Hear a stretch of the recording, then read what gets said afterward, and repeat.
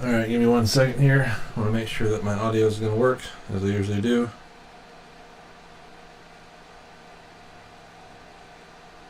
Looks like it's up. Alright, audio is working. Alright, so I haven't done a video in about a week. I had a quick stop to the hospital this morning. I had just a standard procedure called a, well, I'm not going to go into too many details, but it's a standard procedure. But I was in the hospital this morning, so I haven't, I've been sleeping all day. But, I've been working on a couple different models, and I improved my Henry Cavill model out to like 850,000, and I did Patrick Stewart out to a little under 700,000, like 670K, and it looks pretty good.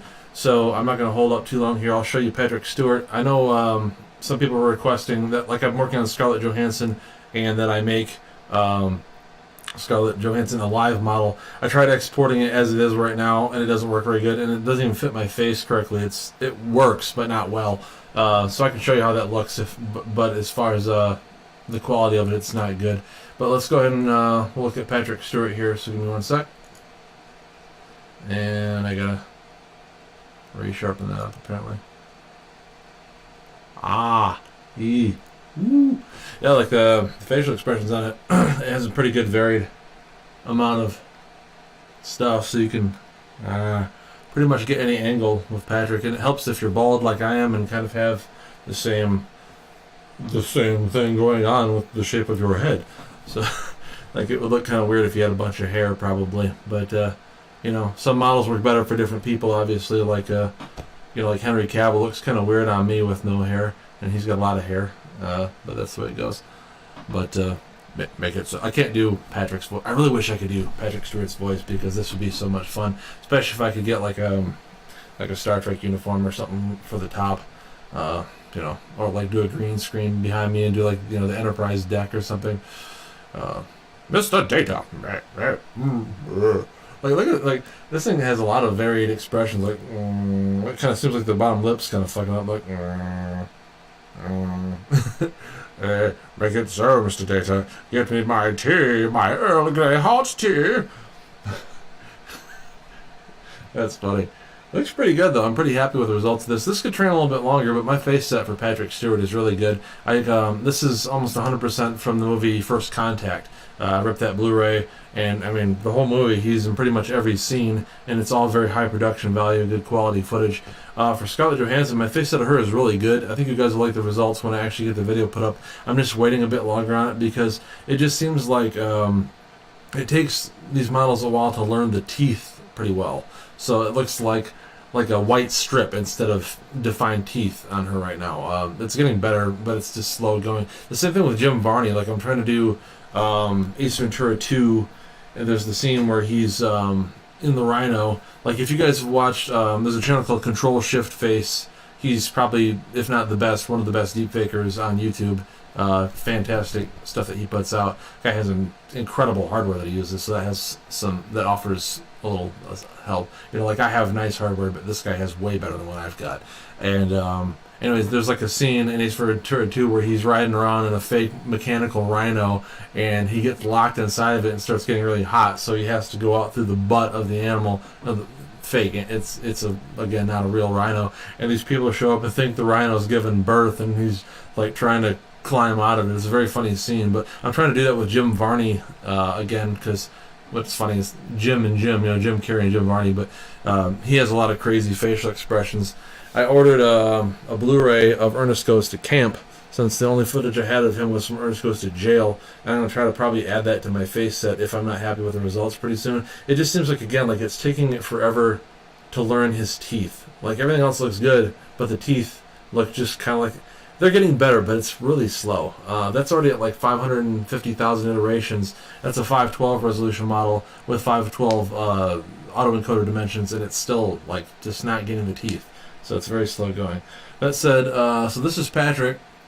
Like even the angles and everything are getting picked up really good. Like the wrinkles and stuff are really good. And obviously this is a much younger Patrick Stewart than he exists today. In his latest show Picard, which I've heard is not particularly good. I have not watched it, but I don't really pay for any streaming services. A lot of them they're too full of political messaging, and I don't care for it. So that said, this is Patrick. I'll go ahead and load up Cavill, Henry Cavill. This is at 850,000. It was before the last time we checked it. I think it was 560,000.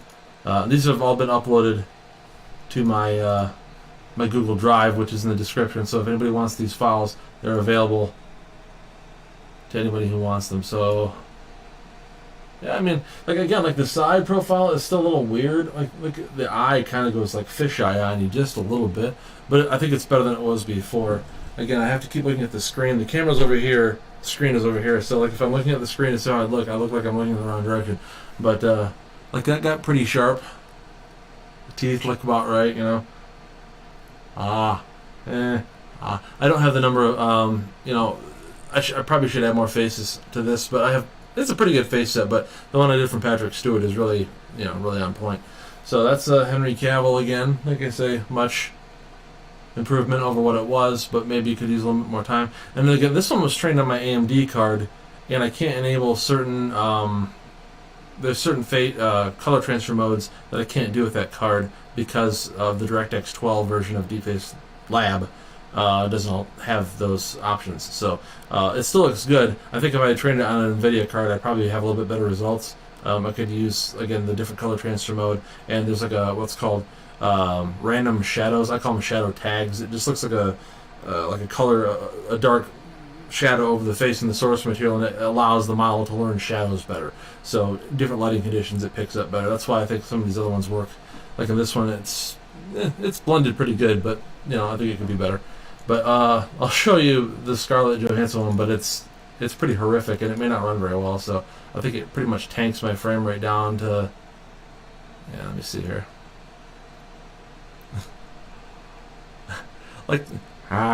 It's really...